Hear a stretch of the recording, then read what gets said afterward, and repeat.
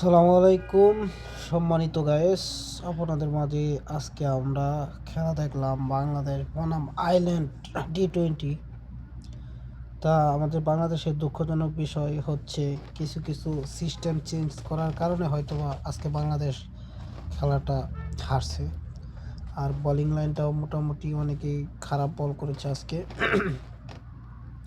মুস্তাফিজুর ভালো বল করেছে কিন্তু উইকেট নিতে পারে নাই, এটা হচ্ছে মুস্তাফিজের দুর্ভাগ্য। তানজিম হাসান তামিম সে ভালো উইকেট নিয়েছে, দুইটা উইকেট নিয়েছে 4 ওভারে 41 দিয়া।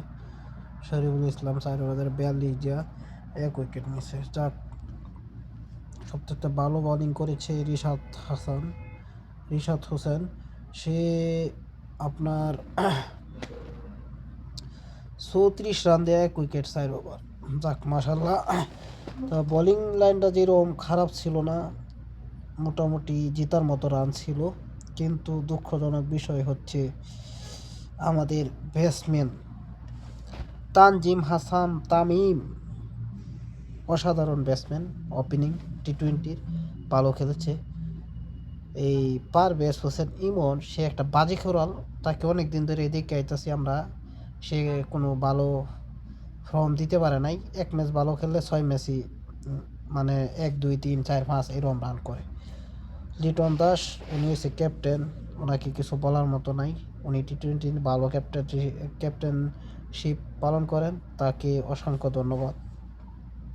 সাইফ হাসান উঠছে 4 নম্বরে। সাইফ হাসান তো T20 4 নম্বর খেলোয়াড় না, তার এই হিসাবে ওপেনিং দিলে আমি মনে করি খুব ভালো হতো, কারণ সে ভালো একটা হিটার ব্যাটসম্যান। আর আমাদের তৌহিদ হৃদয়ের কথা কি বলবো, তার অসাধারণ খেলা। সে এক ম্যাচ খারাপ খেললে পুরো বাঙালি জাতি তাকে গালি দেয়, আসলে কিন্তু সে একটা ভালো ব্যাটসম্যান।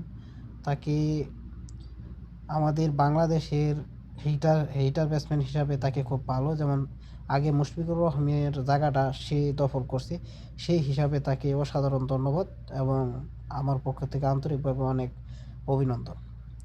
তা আশা করি, আমি আজকে স্কোর দেখছিলাম, যখন দেখি তখনই বুঝতে পারছি হয়তো বা আজকে বাংলাদেশ খেলাটা হারবে, এটা আমার ধারণা ছিল। কারণ ধারণা ছিল এই জন্যই যে ইমনের মতো খেউরাল আর জাকের আলীর মতো খেউরাল যদি দলে থাকে তাহলে খেলাটা এমনিতে হারার কথা।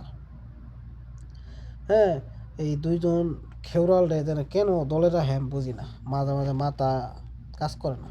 যাক, সামনের খেলাটা যেন আমরা জিততে পারি সেই আশা এবং স্বপ্ন নিয়ে, সেই প্রিপারেশন নিয়ে আমরা খেলতে পারি, সেই পরিবেশ যেন আমাদের খেলোয়াড়দের মনে রাখা হয়।